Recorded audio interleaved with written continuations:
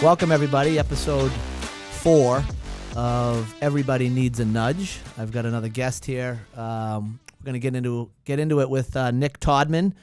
What is your official title, Nick? Accounting manager. Accounting manager at Crowd Lending Inc. But before we do that, we obviously want to tie up some loose ends from our last podcast with Paul McRae. I'll give you my quick weekly update and some couple of items here in the podcast room that we should talk about. One, for our rabid fans out there, which we have so many of at this point, my sister Doris being the number one fan, we got some new equipment. We changed the mics out. We're going to give those a try. And we got a couple of cameras in here, Nick. We're really going high tech here. Hey, only way to go is fast. That's it. So we're improving the podcast room. I had the pleasure of catching a giant fish this past weekend, Nick, 45 inches. Whew. Yeah, How big many boy. pounds? I didn't have a scale on the boat. Oh, come on. I know. Come on. I know. It was a big fish. We'll Root Beer, we'll send you a photo of the pic of the fish, and you can somehow get it up on the screen up here. Circling back to Paul McRae, my last guest, we talked a little bit about his daughter going to Endicott, and I mentioned that the mascot for Endicott was being changed, and it wasn't Endicott. It was Curry College. So Curry College was the Curry College Colonials. The Colonials is now offensive for a variety of reasons. So they moved on. I don't know what they are now, but they got rid of. So that's what I was thinking of. That's what I was thinking of when I mentioned that Endicott was changing their mascot. And then finally, we talked a little bit about Rob Hale, who is Granite Communications, very successful guy, but he does have a real estate development company called Fox Rock. So I was not wrong on that either. So the purpose of this segment is to essentially tell people that I was not wrong. You were right. I was right. Okay. Again. Okay. All right. So my daughter's healing up. We talked about that. She's got the broken collarbone. So going through something right now. We signed her up for camp. I'd like to get your opinion on this. Okay. We signed her up for a rowing camp that's supposed to start the end of July. Obviously, she can't do it because she's got a broken collarbone, and they won't refund the money. Uh-oh. Yeah. How do you feel about that? They had a June 1st deadline, but her collarbone wasn't broken on June 1st. Yeah, I feel like they should make some sort of concession. Like So maybe the credit for next year or something. So they won't go to next year. They'll give us a credit for a different week. Is that fair? How long does she need to heal? This would be the week they offered would be the first week that she's back from her injury. Got it. And it's double sessions. That's a lot. It's a lot. That's a lot on a fresh break in surgery. Yeah, so I'm beefing with the summer camp people right now. I'm gonna beef, email beef. Oh yeah, just keep it going. Yeah, I'm gonna. Just keep it going. I am until I get what I want. I'll email them. But the problem is, so here's the underlying problem, right? Like the person that runs the camp is also her rowing coach at high school, so I got to tread lightly. And she can't hook her up? That's my beef. That's my beef. That's disappointing. I'm not gonna lie. It is. So, what else? What else happened this week in my world? Not much else. Crowd lending's cranking along. Nick is a big part of that. We got a new hire in here. We got a new hire. We got a new hire. Bregan Houlihan is a new addition. She's going to start in earnest on Monday, so we'll see how she does. Crowd lending just remains young. I think she's young, right? Root Beer, do you know how old she is? 31. 31, yeah. So, Nick, how old are you? I just turned 30 in March. Just turned 30 in March. And Root Beer, what are you? 34. Root Beer's 34. Oof. I'm 46, so we're getting younger around here, though. I like it. Getting there. I like it. Getting there. I like it. Average age is going down. Which is, your big numbers guy that you are.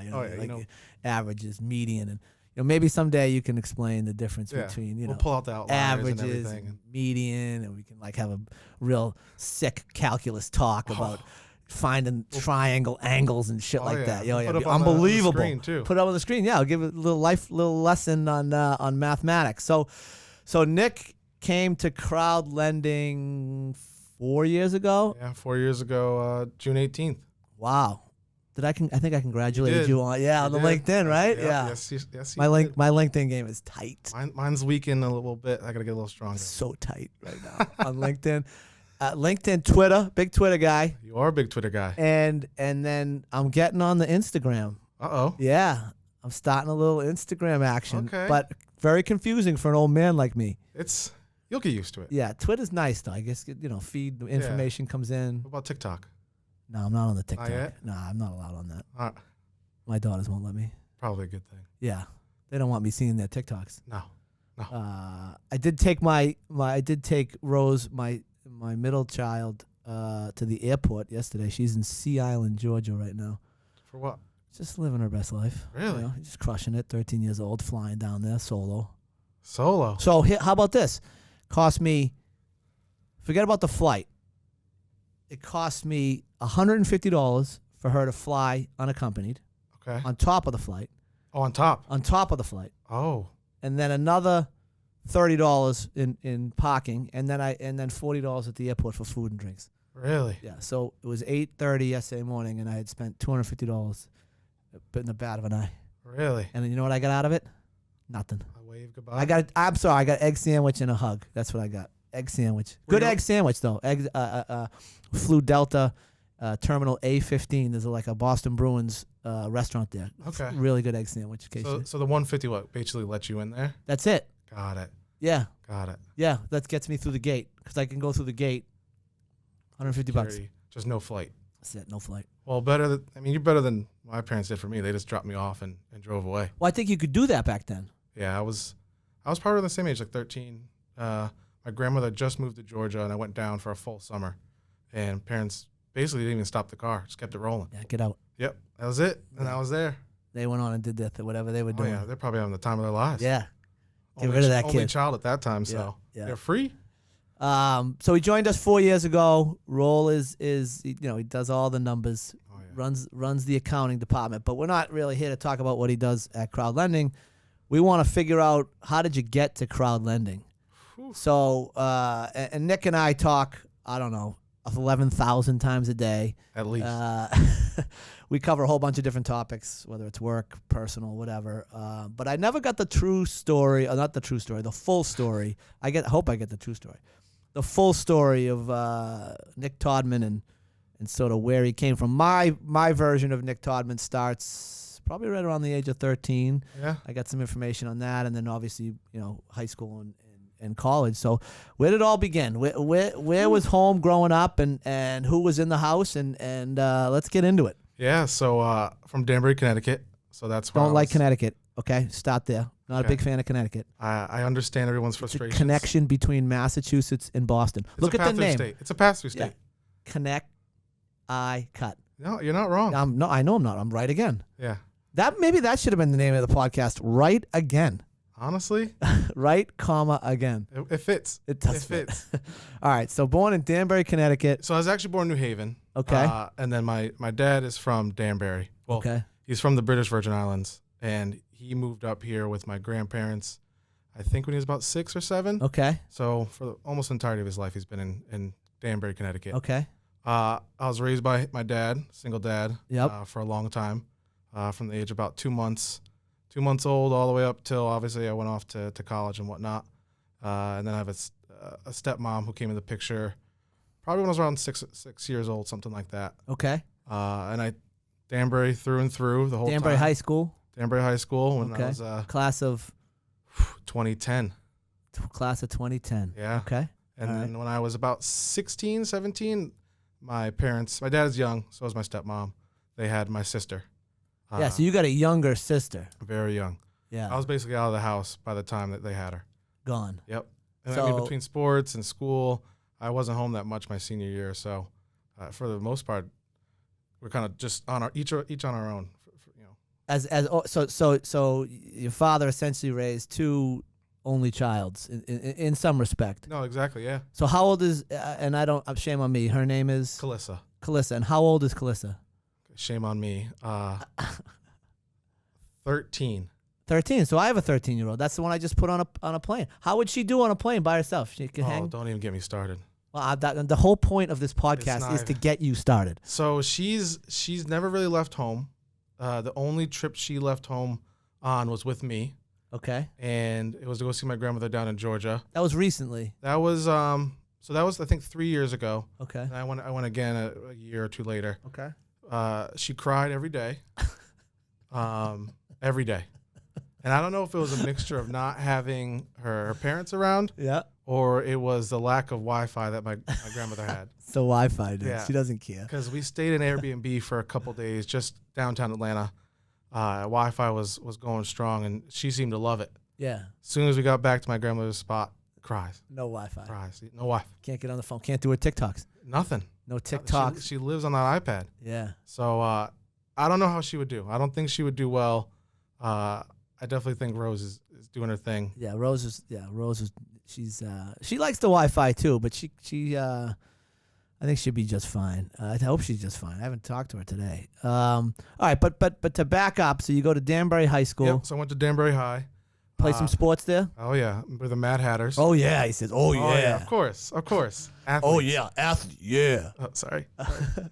So when I was at Danbury High, I played football in the fall, and then I did indoor and outdoor track. Okay. For the winter and spring sports. So, at the risk of being offensive here, okay, you're not a small guy. So how tall are you? 6'1". 6'1". In high school, I weighed about 280. So I was 6'1" at the same time. So about 6'1", 280, 285. So you were definitely like a wide receiver. Yeah, actually, I think it was the running back. Yeah. Yeah. I played a varying amount of positions, mainly offensive guard, defensive end, and defensive tackle. Team's any good? The team, my junior year. That means no. No, unfortunately not. My junior year was probably our best year in terms of the talent. Yeah. And we did pretty well. And then my senior year, a lot of guys left, and it just wasn't there. Like I want to say, my junior year we had about 10 all-area conference athletes. So FCAC was the conference. Yep. And then my senior year it was just one. It was just me. Wow. So were you a 2-year? I was 2-year varsity starter, and then I subbed in my sophomore year on some games. Okay. And then freshman, for the most part, just stay freshman. You stay freshman. Yeah. But I practiced with varsity every couple of days. So how big were you when you went to hay school? Were you a big kid? Yeah, I've always been big. Yeah. It's just been, my grandfather was 6'3". My great grandmother was, I think, 6'4". Grandmother? Yeah, she was tall. The Todman bloodline runs strong. Yeah. So they've always been very tall. I probably went into high school maybe 5'10", something like that. Still a little hefty, or husky, as my grandmother likes to say. And then I kind of just grew a little bit here or there. Filled out a little bit more, getting a little bit more muscles, working out. Obviously at practice right after school at 2 o'clock, and I probably wouldn't be done till about 5:30. Yeah. So about 3 hours of practice every day. That'll do it. It was a lot. So, I can't help but notice you mentioned your grandmother a lot. Oh, yeah. That's my day one. That's your day one. Oh, okay, yeah. So tell me that. Tell me a little bit about that and sort of how that influenced you and guided you. So obviously my dad raised me for a long time by himself, but I wouldn't want to say by himself because he had such a strong family with my grandmother, grandfather, uncle was down there. And they were all in Danbury? All in Danbury. Okay. So a lot Any cousins? Any? No, so it was just my dad and his brother, so my uncle. Yeah. And that was the extent of that. Okay. My uncle never had kids. Okay. So it was really just me.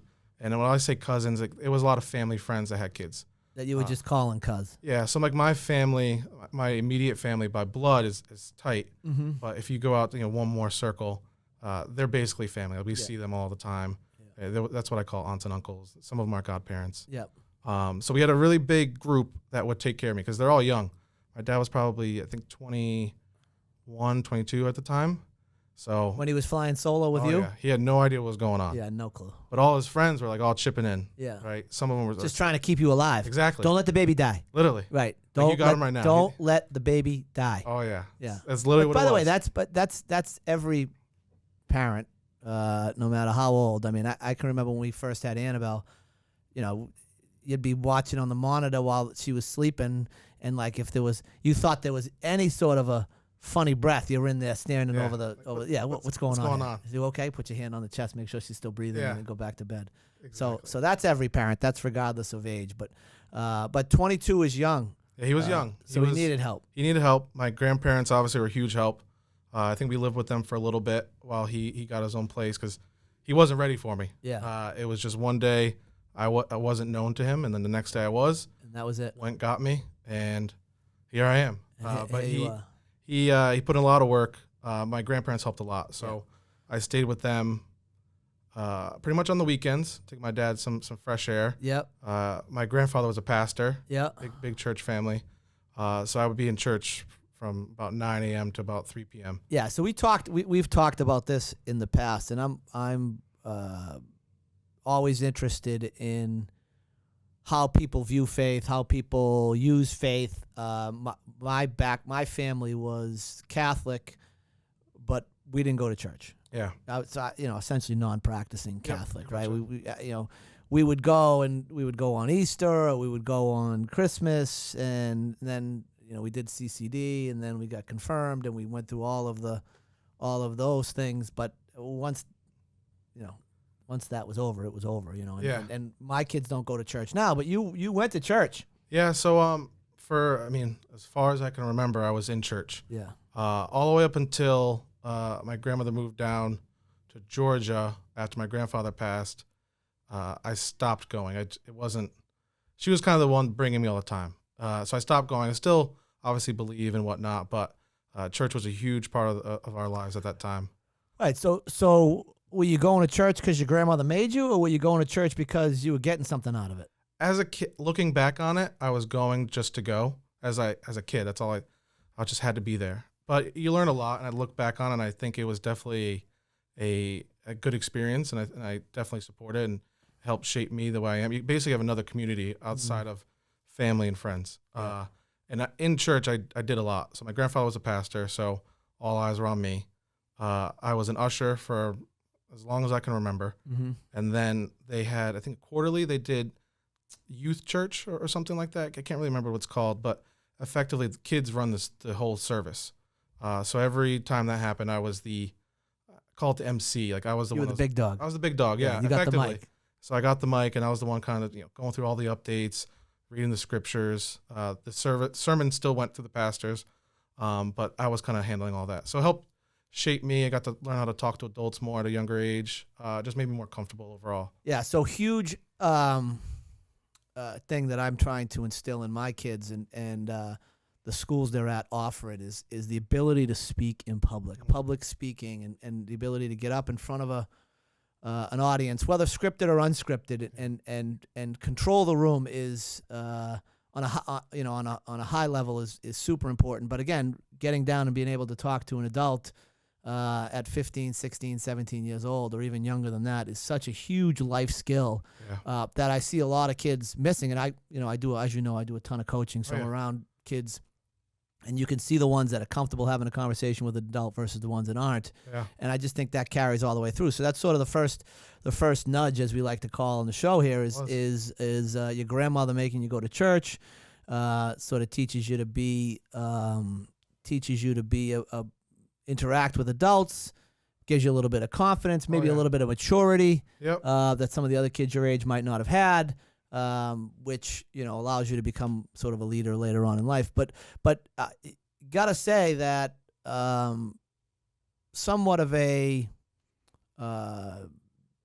different family setup growing up for you. Oh yeah, very different. Yeah. Which to me was for the longest time normal, right? Yeah. And until later on, I didn't realize I started to realize it was very different. So when did you start that realization that, oh man, they got a mom and a dad. I got a dad and a grandfather and a grandmother. This is a little different. It was probably right around the end of middle school. Doing like sleepovers and stuff like that, and like, and obviously I always knew it wasn't a normal,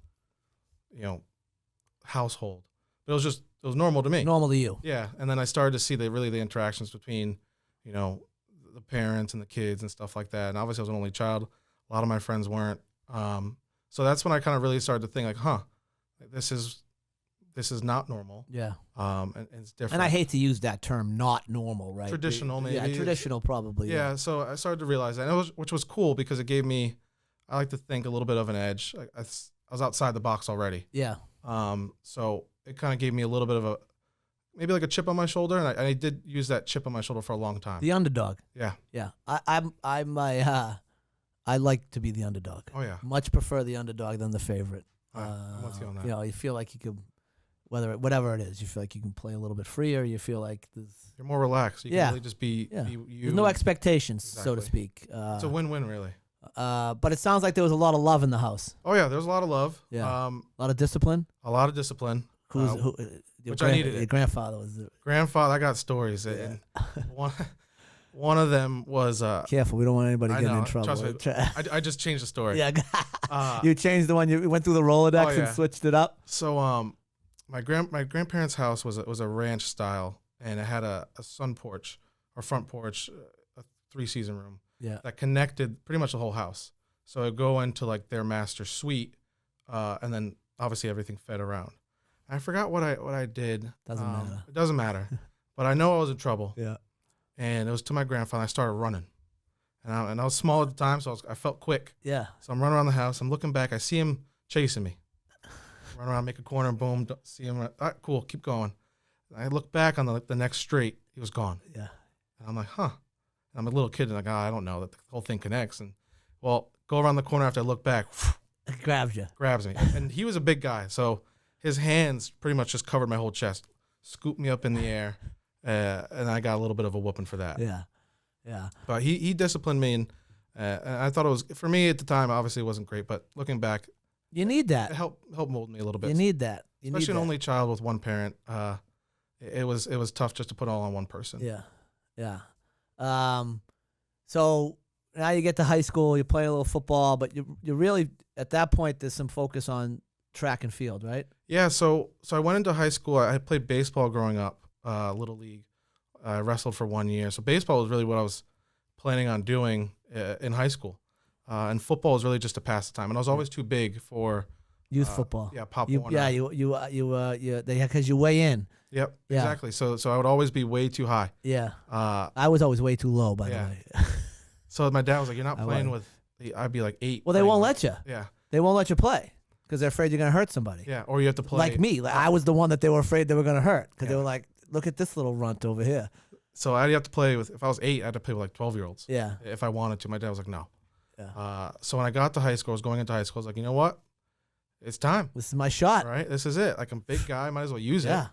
So that's been eating these burgers all these years. I'm going to use this. Paying off. Yeah, right? Finally. So I started football. I mean, summer going into high school. I did some football camps, Hell Week, things of that nature.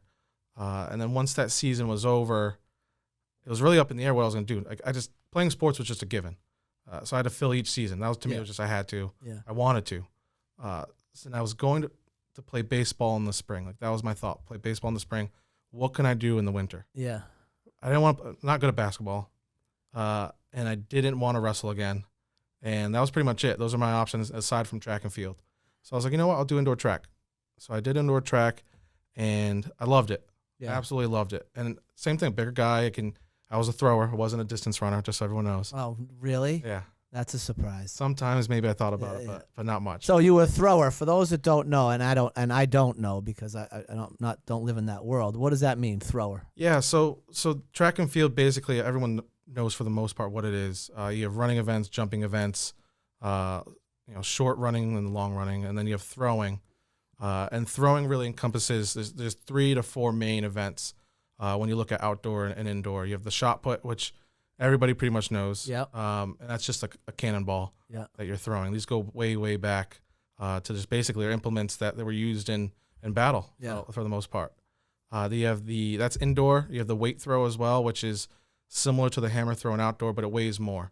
In high school, it's 25 pounds, and college is 35 pounds. And that's a bigger cannonball in a little net with a handle, and you spin it around, gain momentum, then you release it. Okay. And that goes off. They measure it the same thing. And then outdoor, you have shot put again. Yeah. You have discus. Yeah, I like that one. Yep. Discus is cool. So that's just it's basically 2 dinner plates stacked on top of each other that weigh about 4 pounds. You spin around, gain momentum, and you release it. Yeah. And then you have javelin, which is just a giant spear. That was my favorite. So that was my favorite for the longest Javelin. time. Yeah. And then you have the hammer throw. Some states in high school don't allow the hammer throw. I don't think Massachusetts does, but Rhode Island does. Big state. Yeah, Connecticut didn't either unless you were at a special meet. So I didn't do much of it. But that's effectively a shot put on a chain. Yeah. It's the weight throw, just longer and lighter. Yep. Okay. That one's a lot of fun. So I did indoor, really only shot put for that freshman year. And at the end of it, people started practicing for outdoor, like just getting ready. And they have these they're called turbo javs. They're indoor javelins. They're about, 2 to 3 feet long, rubber. They weigh just about the same, a little bit less. And you just throw those into nets and stuff like that just to get your technique down. Because throwing is as big as you are and as strong as you can be, like a lot of technique. It's all technique. So you'll see smaller guys do really well. Yeah. And you see the bigger, strong guys that have a lot of technique do really well. Yeah. So it's all technique. So I was just playing around with it. And one of the coaches was like, hey, you're good at that. You should really think about doing outdoor. And I was like, I was going to play baseball. Right. And baseball in Danbury was really political. So growing up, it's the travel team is not who's the best player. It's, whose dad knows whose mom knows what. Yeah. This ties back to this ties back to what I talked about with Mark Gammons as far as, the political landscape of youth sports. And, and it's been in existence forever. And, Mr. Gammons would say be better, right? So, and I know that's simplifying things, but if you are at the top of the pile, that you're going to get picked whether your mother knows somebody, your father knows somebody or not. So it sort of goes back to that. So I'm of that mindset as well. I don't think my dad was at the time. He didn't want to subject me to something like that. Yeah. Or he protecting you a little bit. A little bit, yeah. And wasn't going to play part of that system. Yeah. So I was looking at spring sports, and I was like, I'll do baseball, but it was always that political aspect. And I was like, you know what? Track is cool. And I was like, I probably do more in track and have more fun. So I said, you know what? Let's do it. So I did outdoor. And that's this is freshman year. Freshman year. So that coach who saw you throwing at that indoor gym turns you on to outdoor prep. Amazing coach, by the way. Oh, I love coach. I love coaching stories. Oh yeah, he's an awesome coach. Do you still talk to him now at all? I don't talk to him now. Yeah. I talked to him all through college. So you stayed in touch with him post high school? Yep. Yeah. I tell him about big accomplishments, throwing and stuff like that. He was a part-time coach. You should reach out to him. I should. Yeah. You're right. I should. I am right. Again. Here we go. Like I just right again. Tossing alley-oops here. Yeah, no, layup, boom. But he was an awesome coach. He really helped mold me into a better athlete. Yeah, and a better person, I'm sure. For sure. Yep. Through athletics. Yeah, I think it all goes on the same kind of path. Yeah. So he had obviously influenced me. And I said, let's do it. So I started throwing, and that's so there's another little nudge. Another little nudge that pushes you in that direction. Oh yeah. Away from baseball. So it's obviously a series of nudges, right? That gets you to effectively here. That's the point. Whole premise of this podcast. So he nudged me into outdoor. We get it. Yep. You don't have to explain it to us. That's all right. I wasn't paid to Root do that. Root beer and I got it. Okay, Yeah. We're the one putting this thing together. I'm so sorry. On a weekly basis. I'm just a fill-in. That's it. Yeah, I just couldn't find the guests this week. So I'm here. Yeah, so you're here. You're in the room next to me. Let's go. Get in the podcast. Right. Yeah. 3 minutes notice. That's not true, by the way. No, it's not. Sorry. It's not. I'll make sure everybody knows the truth. It was at least 3 days advance notice. But yeah, so he nudged me into outdoor. And that's where I felt I excelled at javelin. Javelin was my favorite, right? Throwing this giant spear. So have you ever seen, I don't mean to cut you off, but I'm going to. You're good. Have you, because I am the host. Have you ever seen the movie Revenge of the Nerds? I want to say I've seen snippets of it. I just don't remember it. Okay, so Revenge of the Nerds is a classic from, when I was a kid. And there's it's a story of a bunch of nerds at this high school. And they essentially trick all like the cool kids into a whole bunch of different stuff, right? But there's a scene, I think the character's name is Jamal, where he's like a brilliant engineer, and he comes up with an alternative javelin. Okay. And it's like it like bounces up and down. It's completely crazy, and then he launches it like 3 times as far as everybody else. Really? Yeah, it's a funny scene. It's a funny scene, and they're playing like the Olympic song as he's running down. It's Revenge of the Nerds, everybody. It's a good movie. All right, we'll check it Root out. beer, you know about Revenge of the Nerds? Oh my God! See this? So this is the problem with having a young office around here. When was it released? I don't know, like 19. Go look it up. Look it up, Root beer. Do your job over there. Jesus. I'm gonna say 1984. Revenge of the Nerds. That makes sense if you're in high school, yeah. 1984. Wow. Nailed it. And you Hold were- on. He was. Hold on. He was what? Right again. There you go. People are gonna think this is scripted. Just so you know. I know. But Everyone's gonna be like, "What's going on?" I can't believe I got that right. I'm usually Wow. terrible. So anyway, I digress. So where does 4 years? So that's freshman year. Freshman year. Yep. Varsity track and field. Yep. So I was obviously freshman football, JV track. So the way it works in track and field is basically you hit metrics, right? If you throw this far, you'll be this. If you throw that far, you'll be that. Yeah. And it all plays in with basically where you'll fall in line with the team and going into like championship conference season, right? Sure. So JV for indoor, which was for me was great at shot put. Yeah. I love that. And then I was varsity outdoor freshman year for javelin.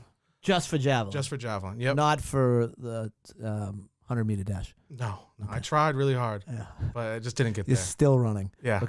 They just told me to stop. you got, The 30 you got meter to mark, like they're the like, 50-meter mark. And all right, buddy. That's they were enough. already lining up the next race. And I was like, here we go. So I made varsity, and that hooked me. It hooked Awesome. me. And then I started to do obviously more and more. I did the same sports all throughout my high school career. Mm-hmm. And I think I then going into, I can't remember what year it was. I think I was a sophomore, or no, I was definitely a junior. Yep. Okay, here we go. I was a junior. I tore my labrum Okay. playing football. Second game. On your throwing arm, or would it matter? So it does matter. It was not my throwing arm, but it was my left shoulder. Yeah. We were doing, it was just uppers football practice, second game of the second week of the season. And there's a second string player, one of my buddies. He was trying to go a little too hard. Yeah. We're just an upper, so it's really just touch. Yeah. And he had Uppers, you mean upper gear? You got you don't have your. It's no just shoulder pad, yeah. just helmet. So Yeah. you're not doing full contact. Right. Really just going basically half speed. So Yep. just tapping people, just really get plays in line. It was a day before a game. Yeah. And he had come flying through the line as we're just jogging through some plays. And I'm like, whoa. And I just turned my shoulder into him. And when that happened, I didn't notice at the time, a little pop. I'm like, wow. I thought it was just a stinger. Mm-hmm. So I was like, just going to hurt a little bit sore. And didn't think much of it. Well, that was the second week. There's 10 games. And it kept getting a little bit worse and worse. And I kept playing through it. And I would get like wrapped up and massaged out, ice, heat, all that whole season. And it's getting worse and worse. It just doesn't feel great. So at the end of my junior season, I was Football season. Football season, yes. At the end of the fall, I was like, I gotta go get this checked out. I gotta get this looked at. And they looked at like this is bad. So I tore my labrum in 2 spots, in the front and back. So a labrum, for anybody that doesn't know it, it's like I like to describe it as a dinner plate. So your labrum is a dinner plate. It's cartilage, and your bone sits in it, Mm-hmm. and the bone doesn't shift out of this plate. It's the thing of the bone as a beach ball. You put the beach ball in the dinner plate, it doesn't shift out because it's cupped. Yeah. Well, I took, basically some high impact and smashed 2 sides of it. So now the beach ball doesn't sit. It starts to rock. Yeah. So they had to fix, I think it was 2 in the front. So I put 2 anchors in the front. I got 3 anchors in the back. And I was fixed. Yeah. So I missed all of indoor season, junior year. And then it was a race for outdoor season to try and get the rehab was about 6 months for me. And since it's my left arm, which I'm throwing with my right, Yeah. but your left, and especially in javelin, you use a lot of it to pull you around. Yeah. So you're trying to whip yourself around. So I couldn't do that. Yeah. So the last meet of the regular season and outdoor, you have to, for championship season, you have to qualify. Yeah. So the last, I tell you, I'm at the meet. I still haven't been cleared, and they won't let me throw. I call my doctor. I'm like, I need to throw like right now. And it won't even be a big one. It'll just be a little one. I just have to make a throw, and I know I'll qualify. Yeah. So I find like everyone's getting over to the area. He's like, fine. You have 2 throws, and that's it. So doctor clears you to throw in the last meet of the season. Last meet of the season, in the regular season. I throw them, I qualify, and then now I have an extra, I think, 2 or 3 weeks after that to actually still heal. Yeah. And get up to speed. And I go into the championship season. I did well with one arm, and I make my way through. FCX is a big conference. I forgot what I placed. I think it was like third and second, something like that. Okay. And then I'm making my way into senior year. Yeah. Football season goes through. Shoulders fixed, for all I know. Last game of the season. Of your career. Effectively, yeah, because Yeah. I had made a decision in high school. I had some offers for football. Where? Rutgers, Central, and there was one more school. Rutgers is big time football. No, they were good. Yeah. There was a few others. I just knew I didn't want to play. You didn't want to play football. My shoulder was already banged up, and I'd done accounting in high school, and I knew that what would pay the bills was not football for me. Right. And I'd wanted to go to school as an academic rather than an athlete. Yep. Because football in college. Pretty heady decision for a 17 or 18-year-old kid. Yeah, I was trying to make it, right? Trying to make it out of Danbury. Yeah. So, I mean, I would be too. Right. Yeah, Yep. Seriously. Yeah. So I knew that was my path. Yeah. And I knew going on in all the visits and the recruiting trips, like football is a job. Yeah. And they do say student athlete, but a lot of the times it's athlete. Athlete student. Correct. And I think so. I coach a lot of kids right now, and a bunch of them are sophomores and juniors in high school, or rising sophomores and juniors, and mostly in the hockey world, all in the hockey world really. And they want to play at the next level. Yeah. And some of them are uber committed to getting there, whether it's D1 or D3. And some of them aren't as committed. And what I say to them, I said, there's a huge commitment to get there, and then there's a huge commitment to stay there. Yeah. And I think that's a lot of people lose sight of the fact that once you get to the college level, how much work it actually is, especially if you're at a D1 or a high-end D3 school, to play these sports. It's a year-round job. I mean, they own you. They're going to dictate what you eat, where you sleep, how much you eat, and when you're working out, when you're not working out, and everything in between. So you try to make sure that they understand that, and that's not a picture that is painted very well by either the coaches that come down and speak to these kids. They talk about the commitment to get there. They don't talk necessarily about the commitment once you're there, maybe because they don't want to scare these kids away. But it's also not talked about by the skills coaches or whatever that are trying to help these kids get there. It's all about we can get you there. We can get you there. Yeah. And the flip side of it is you could get there and you'd be the flavor of the month in your freshman year, and then all of a sudden 3 more kids come in and they're playing the same position you're playing, and you fall out of favor, and now you're a sophomore or junior and you put in all this time and effort, and you're not seeing a lot of ice time or playing time if it's football or whatever. So I try to instill in the kids that I talk to how much of a commitment it really is. It's huge. Huge.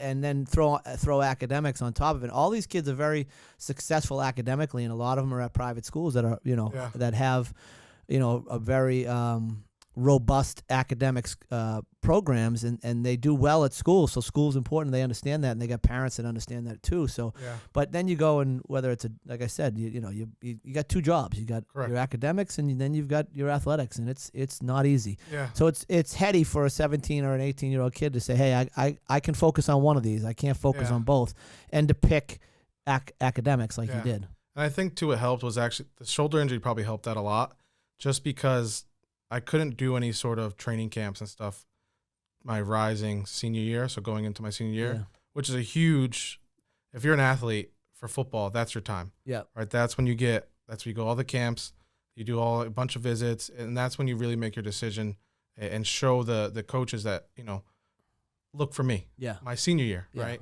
So look for me going into my senior year, my season, my fall season for football, and they'll make the decision or whatever. And I didn't have that. Yeah. So for me, it was like once I didn't have that, I said, you know what, it's gonna be super hard to go somewhere and play football, having effectively just missed a whole scouting window. Yep. Oh, I should have let it play. You should have. So it kind of helped. That helped me a little bit. That was another little nudge into the right direction. Let's see. So that was the injury. Was the injury? Yeah. So So that was going into my senior year. Play the whole season my senior year.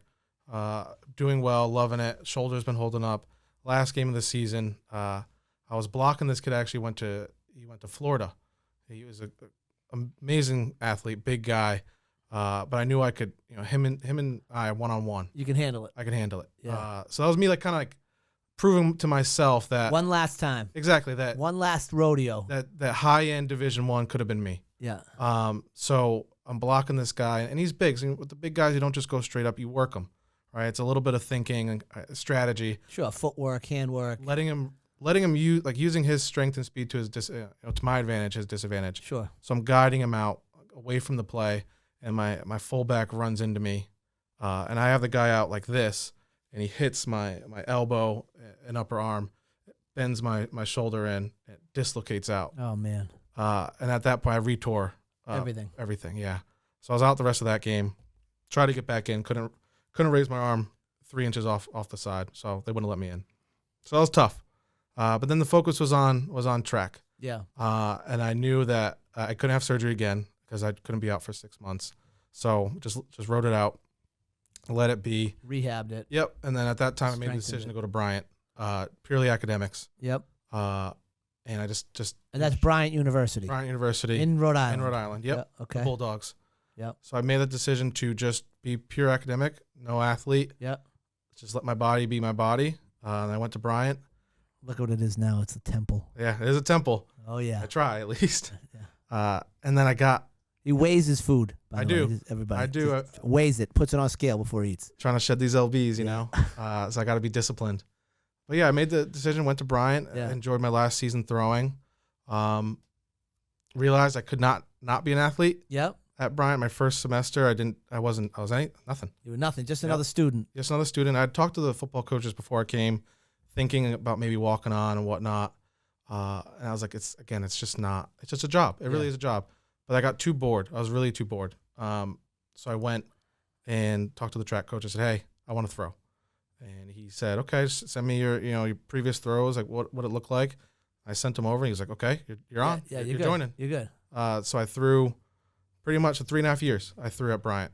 Okay. I threw all the events, and that's where I really learned to love the hammer throw, the hammer and the weight throw. So I did javelin. So was that a full-time job, as we talked about? It was part-time job. Yeah. I mean, I put in maybe 3 hours a day. That's significant. Yeah. Football was 6, I think, at the Yeah. time. So probably 6 to 7 actually, or maybe even 8 with all Film and all the exactly other all that lifting stuff. and all the other stuff. We obviously didn't have film, Yeah. but we did a 2-hour workout and then 1 hour of lifting at least. So about 3 hours every day, which was perfect for my schedule. So and Bryant's a huge business school, so they're not built around athletics. Yeah, it's built around academics. Correct. It's built around all finance, accounting, marketing. Yep. That's what's built around. So the Yeah. class schedules don't always suit an athlete's needs, So especially they just schedule classes. They don't care. they'll schedule. Yeah. So this is the time, and you got to effectively work with your coaches to try and make sure Because you have to take this class. exactly. Yeah. And if you want the best teacher, there's only a certain time, and you really got to fight for it. Yeah. So definitely built around academics. So it was a little bit of a job just trying to schedule things, Mm-hmm. but I loved it. It did well for me. It kept me busy. Yeah. Right. Especially in college, if you're not busy, you can get into some trouble. Idle hands are the tools of the devil. Yeah, exactly. So Yeah. I kept my hands busy. I had idle hands Yeah. in college. See? Although I was a Division I athlete, See? in case you didn't know that. Yeah. Yeah. You got 2 Division I athletes right That's here. unbelievable. Unbelievable. I mean, you wouldn't know it just looking at us, right, So though? they're like, huh? How does this math work? Yeah. What So- sport did the little one play? He was a runner. He was a Golf. For those that don't know, golf. Okay, I played golf in runner. college. You couldn't put it together. So 4 years at Bryant. You graduate Bryant, summa cum laude. I was a second tier. Cum laude. Yeah. Yeah, not summa cum laude. I was neither tier. Yeah. I was tier 3. Yeah. Laude. I had my little tassels. Yeah. Oh yeah. Nice. My grandmother, and parents were super proud. Awesome. They should be. Yeah. It was. So you get out of Danbury, Connecticut. You end up at Bryant, which is a great school. And then what? And then, so at Bryant, I interned every summer for the most part with PwC, doing accounting as a little intern. Boring. But go ahead. It was interesting. It was Not boring. interesting. It was Yeah. not. He forgot the word not before. Yeah. Interesting, but that's okay. It's all right. You're right. Good. So why did you intern there though? What? Yeah. So well, bring it back to high school. I did account. So my high school is huge. I had about, at the time, 3,000 kids. So, and Bryant at the time had 3,000 kids. So roughly the same size for me. Wow, it's a big high school. And they offer a lot. So I took the AP higher end classes, and then I took accounting. They offered accounting. So they had accounting 1 and 2. So I took those classes, and my teacher was like, you obviously like this stuff. And she was a great teacher. And she said, there's this program going on at Bryant where they take minority students and they put them through this week-long program that's sponsored by PwC, where you learn a little bit more about accounting and learn a little bit more about Bryant. What they're trying to do is get some more diversity in the accounting profession. So they want to just open everybody's eyes. So Sure. They took about 40 kids from anywhere. I mean, most kids were the East Coast. We had a couple kids from Puerto Rico, California, a lot from like Philly, Maryland, down south. So really the Eastern Seaboard, and a couple out west. And you learn a little bit more about accounting. You learn a lot about Bryant, and they're really trying to funnel you into those two. The genius move by both Bryant and PwC. Great, honestly, Right? great move. Great move. They open it up to minority kids that obviously showed some aptitude towards accounting. Yeah. They get them to come to Bryant, Yep. which pays their bills. Yep. And then PwC, you get, you've already got a half a foot in the door over there. Exactly. So you think you're up, and they love it because they can get a whole bunch of entry level accountants to come in and push paper around. Exactly. And same time, that was my rising senior at the time. So I was a junior going into a senior year. Same time I'm making all these other decisions. Well, shoulders out. Right. Football is probably off the table. Right. Only academics. And I roll up to Bryant. I'm like, wow. And I loved it. Yeah. And it's amazing how all of that sort of happened at the same time. Yeah. With a shoulder injury, can't go to camp. Then you essentially go to accounting camp, which is like a whole bunch of nerds hanging out. But that's a whole different story, nerds. right? If you saw this hey group, guys, we had a time. I'm sure you were tearing it up. Trust me. With your abacuses and all your other stuff that you had going on, I'm sure it was a blast. Oh, little calculators. Yeah. What was that? What was that Texas Instrument calculator? The TI-80. TI-84. Yeah, I have one. You have one here? I don't know if I brought it. Might be. So I still use it. Little story from my past. We were allowed to use the TI-84 in high school, but you used to be able to like write notes in that thing. Yeah, you can. So you'd be taking a test, and you press and all like your cheat sheets were right there. You just like, what are these teachers thinking, allowing me to use this calculator in here? Oh, Root Bear's over here raising her hand. Yeah. You did the same thing. I'm sure everybody used the TI-84. It's the greatest cheat sheet in the history of cheat sheets. That's why they cost so much money. Yeah, they were expensive. And then you can get some little games in there too. I didn't know about the games. I was just trying to get through pre-calc my senior year. Play Snake and everything. Oh yeah? Oh yeah. See, that's what they did at the nerd camp that he went to before senior year. You want to see my calculator? Hey, I got the TI-84. Play some games of snakes. Yeah. Well, hey, we exchanged calculators for a little while. We exchanged calculators for a little while. It was a fun time. That's incredible. I'm sure it was a blast. I'm sure it was a blast. So PwC, you go there right out of college? So yeah, I interned I did that program. I was the counselor for that program while I was in college. Oh, so you gave back? So I started being. That's awesome. Yep, every year I could. So they still do that program now? They still do it. Yep. That's great. So I was the counselor for. I only did it 3 years because effectively when you're a full-time intern you can't do both. So I was a counselor my first year, and I was a lead counselor my second and third year. Yep. And then I interned at. There were internships I did. It's called START, I think it was START at the time, which basically takes minority interns or accounting majors and brings them into PwC just to learn a little bit earlier, because you don't get that full-time client service internship until your last year. Yep. So effectively, I did real grunt work. I mean, like I was working in the print lab doing just random stuff. Yeah. But you got to really just experience the culture. Yeah, you're in the firm. And they keep your foot in the door, right? Yeah. And then I started with them. I did my client service internship, and then I started with them 2015. All right, so you start with them, and how many accountants start with you? It's a couple hundred. How many of those couple hundred are minority kids or people, adults? Maybe not kids anymore. 5 to 10. That's it. It's small. So of the START internship, which I think was about 40 kids, only I want to say maybe only not even half. because it does span a few. I would say maybe about 20, which would be called right down the middle, and then half of that actually started with PwC. Started with okay. Yeah, so I would say about 10, roughly, give or take. So not a lot. So you're making are you making these decisions on your own? I mean, who are you bouncing this stuff off of? Should I take this job? Should I not take this job? I mean, are these things falling in your lap? Like does the nerd camp fall in your lap? Like how does that? Yeah. So are you getting guidance from? It sounds like you're getting guidance from coaches and teachers and stuff, as opposed to sort of, or at least professional guidance. Yeah. So and this is all very different than like what my dad did or does. And a lot different than what my stepmom was doing. So honestly, I want to say that I didn't have a lot of guidance. I kind of just made those decisions. I felt like I just kept running with it, and I felt like I knew what the best course of action was. And I think I probably a little bit more maturity growing up, a couple steps. So I was kind of already ready to make those decisions. I made those plans, and I probably through talks and conversations with my parents and grandparents and teachers and coaches, it kind of helped put me in there, but I can't really remember any like specific times I really was like, should I do this or should I do that? I mean, those are heady decisions to make, Yeah. Sort of on your own almost. I knew what I wanted to do, I think, and I've always been a very headstrong person and kind of doing my own thing. Excuse me. So I felt like I just kind of took it and ran with it. Yeah. And I didn't really think I had another choice.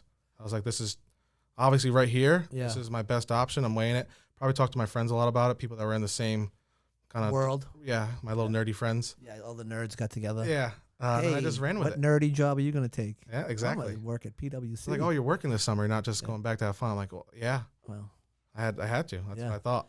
So you're at PwC for how long? So I was with them for just shy of 3 years. Okay. So I was in there. It's called URSIP, which is Utilities, Retail, Consumer Industrial Products. Sounds amazing. So fun. Oh my God. So Yes. Yeah. I was an assurance associate. Oh my God. I'm an auditor, effectively.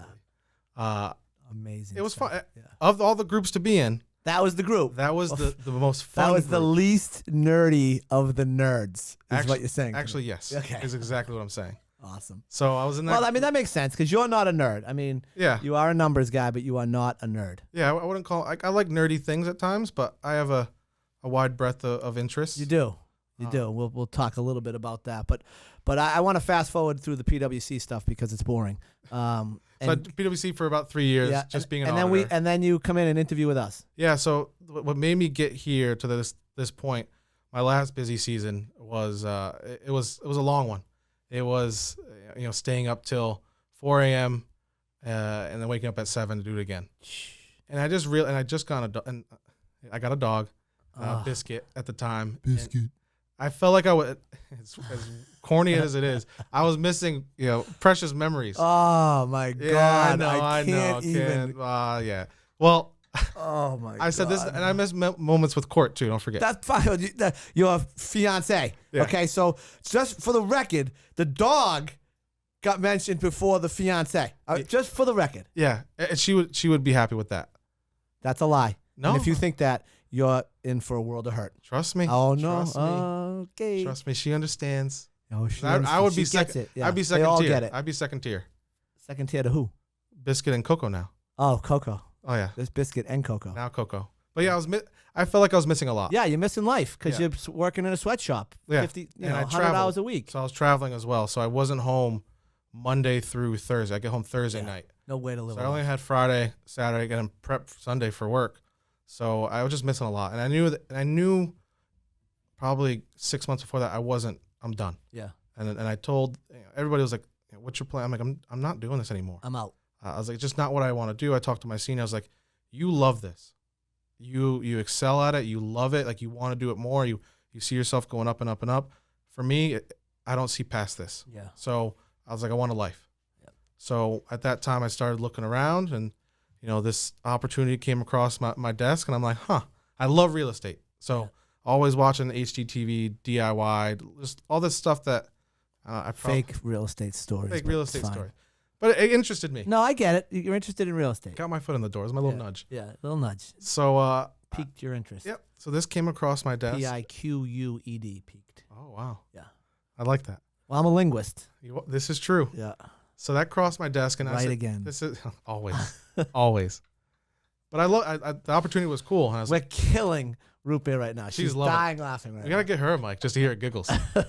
They probably could pick it. It probably picks it up. Definitely picking it up. I'm glad she's loving it. So this came across my desk, and it was very different from what I was obviously used to. Sure.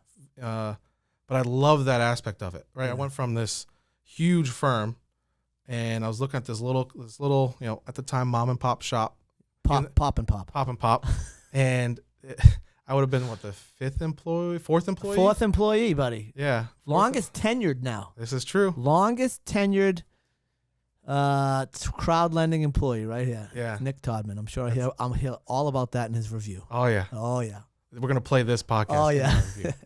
But yeah, so this came across, and I just love the environment. I was like, it's Pop and Pop. These two cool guys. Oh, that's nice. It felt more like, obviously, we love sports. Most of us here have played. It felt like a team rather than just, I don't know, just like a job and boss and subordinate level. It felt more like a collaborative effort. Yeah. Which really piqued my interest. Well, that's sort of what we try to push here, right? Like we want everybody involved in everything, right? So, and we try to listen to everybody's ideas. I mean, this was Root Beer's idea to do this podcast. She's been pushing for, I don't know, 6 months to get it done. So we try to listen to everybody's ideas, and I'm glad that sort of came across in the interview process because it is one of the things that we try to do. But Chris and I have never sat down, and it's funny because I had a conversation with my sister who listens to this podcast, and she, after the first podcast, she's like, oh, there was a message there, and then after the second podcast, she's like, oh, this was the message that I got. And we don't sit down before these podcasts, or we don't sit down before we started crowd lending and say, this is our theme, or this is our theory, or this is our message. It's just like, go be a genuine person, and attract other genuine people and that are smart, and let them do their thing. Yeah. It's either Bill Gates or Steve Jobs said, you don't hire smart people and then tell them what to do, right? Yeah. You hire smart people and let them do what smart people do.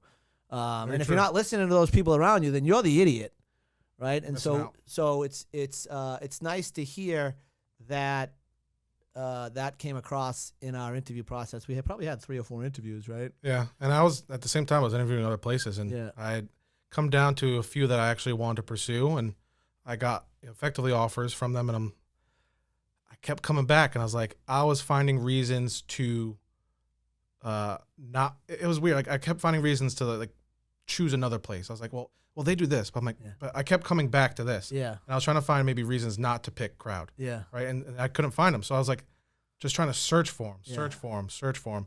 And I said, if I'm doing that, right, if I'm trying to find other reasons, that's the place I want to be. Right. Right. Or I was like trying to find reasons to pick somewhere else. Yeah. And you couldn't. And it was tough. Yeah. And I was like, well, it could be we're the this, best. could be that. But I was like, if I'm doing that, my gut, my subconscious is saying this is it. Yeah. So I said, So you listen to your gut. Yep. I love it. Big proponent of listening to you. Well, so that goes back to sort of like what we were just talking about. You making these decisions without an outside voice. You had an inside voice guiding you along all the time, and you weren't concerned with what other people were doing. You weren't concerned with what other people thought or what the anticipated career path was supposed to be, because you're at PwC, now you're in the grind, and you go from there, you go to the now you're a senior vice president or whatever you climb that ladder, right? So you obviously listened to your internal voice, and I think that's an important part of your whole life, right? 100%. I mean, you listen to your internal voice when it came between picking baseball and track and field. You listen to your internal voice when it was like, okay, football's done for me. You listen to your internal voice when it was like, I'm going to go to Bryant. And you're making these decisions all along, and then all the way up to now, sort of listening to your internal voice when you're coming in my office and sort of giving us advice on or your thoughts on what we should do. Yeah, your opinions, and some are listened to and some aren't. Right, and that's the nature of being part of a team. Like, not everything's going to be. I'm not right all the time. No, I don't. No, I like you. Correct. Well, but I'm right after you're wrong. So I'm right. You're wrong. Right, but I'm using your information to make sure that I'm right. So that my rightness, you're part of my rightness. I guess is what I'm. I like that. You complete me. Can we clip that? You clip complete that. me. Yeah, clip it. I like that. Clip it out. In. But yeah, no, I think and I want to say, Amy, Rupia's over here making hot symbols. she's dying over there.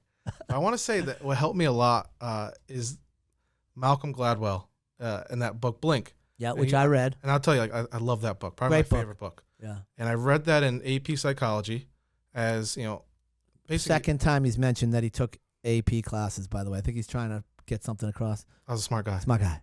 Yeah. I graduated college with extra credits, too. Sorry.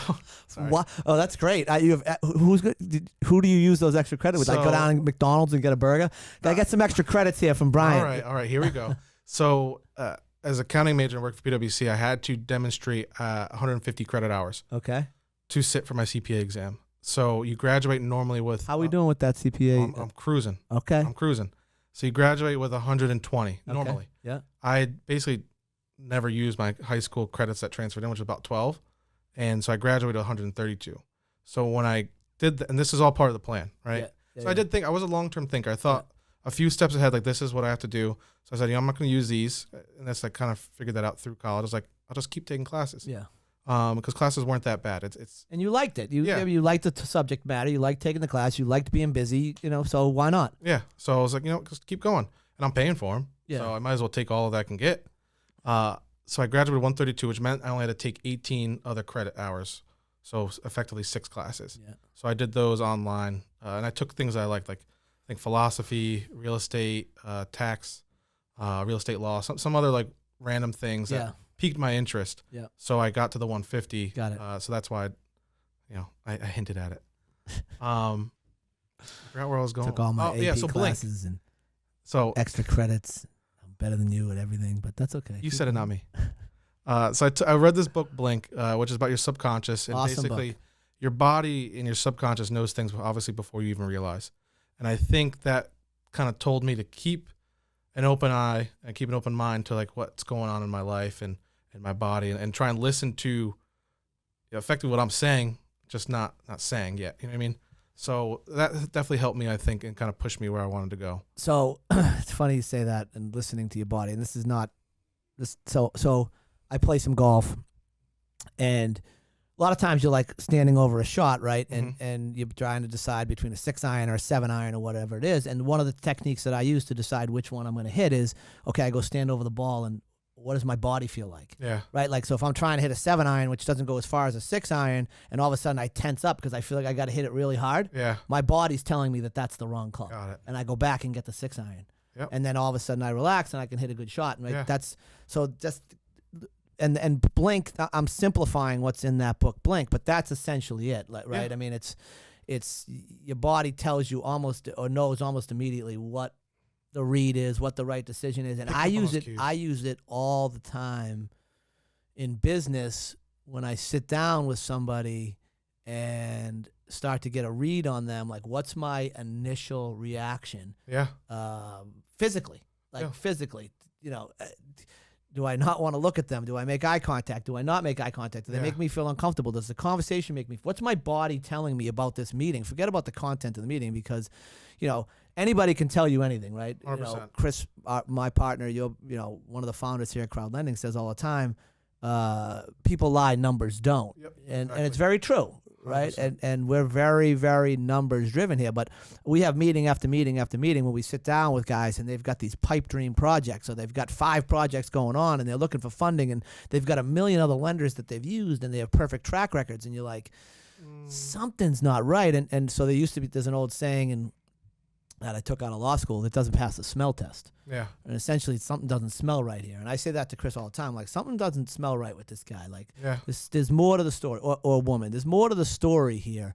And that's that book Blink, right? I mean, essentially, and you've used it your whole life. Yeah. You've used sort of that internal measuring stick to make these decisions about which path your life is going to take and how you ended up at Crowd Lending is, the 4th employee and the longest tenured at this point. But I use it in athletics. I use it in coaching all the time. Like it's amazing what how your subconscious works. And I don't pretend to be a psychology major. Although I was a sociology major in college.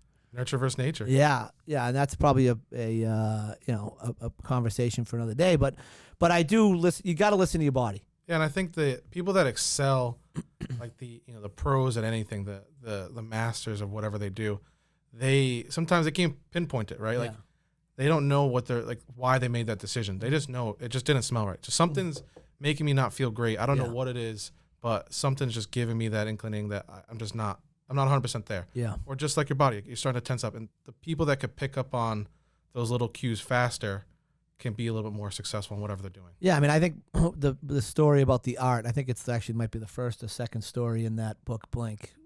They go one, the museum buys a piece of art, and they have all the lawyers check out all the background paperwork, and they have all these people come in and they authenticate this thing, and they pay $1 gazillion for it, right? And then some famous art guy is walking through the museum and he sees it, or that they unveil it to him, and he's like, "That's fake." Yeah. And he knew right away, and as it turns out to be fake. And they had gotten appraises, all of this done, and it was authenticated. Yeah. And this guy that's been doing this and looking at this stuff for his whole life was like, no, something's not right. Something's not right, and it turns out that it was a fake piece. They paid up for it too, millions and millions of dollars for this piece, and it was like the showpiece of this museum. Yeah. And then it was revealed that it was fake, and the museum was like, well, how do all these people say it's real but it's fake? And it's almost like, okay, well, again, people lie, numbers don't. But that guy's visceral feeling that he had, they looked at him like he was crazy. But Malcolm Gladwell also wrote the more known book that he wrote is Outliers. Right, Outliers. And then the hockey world, that's a big book because he's got a chapter in there that talks about how, the majority, and I think his data is a little outdated at this point, but the majority of the hockey players that were playing on the high-level national teams, whether it was overseas or Canada or U.S., were all born, or the majority of them were born essentially in the first quarter of the year. And then, even a larger chunk were born in the first half of the year. Yep. Theory being those kids were bigger and stronger, faster than the younger kids of the same birth year, so they got elevated to better teams. They ended up getting better coaching. They ended up getting more practice time, which just furthered the gap between the boys and girls that were born in January, February, and March versus the kids that were born in September, October, November, and December. And to this day, not so much anymore because my friends are a little bit older now, so we're not having kids. But when they were having kids, it would be like, oh, what's, little Johnny's been born. Yeah. What's their birthday? And they're like, oh, January 8th. I'm like, oh, great hockey birthday. Yeah, that's a great hockey birthday. Because now that kid, that boy or girl that's born on January 8th, take my son Hank, he's a 2010 with a November birthday.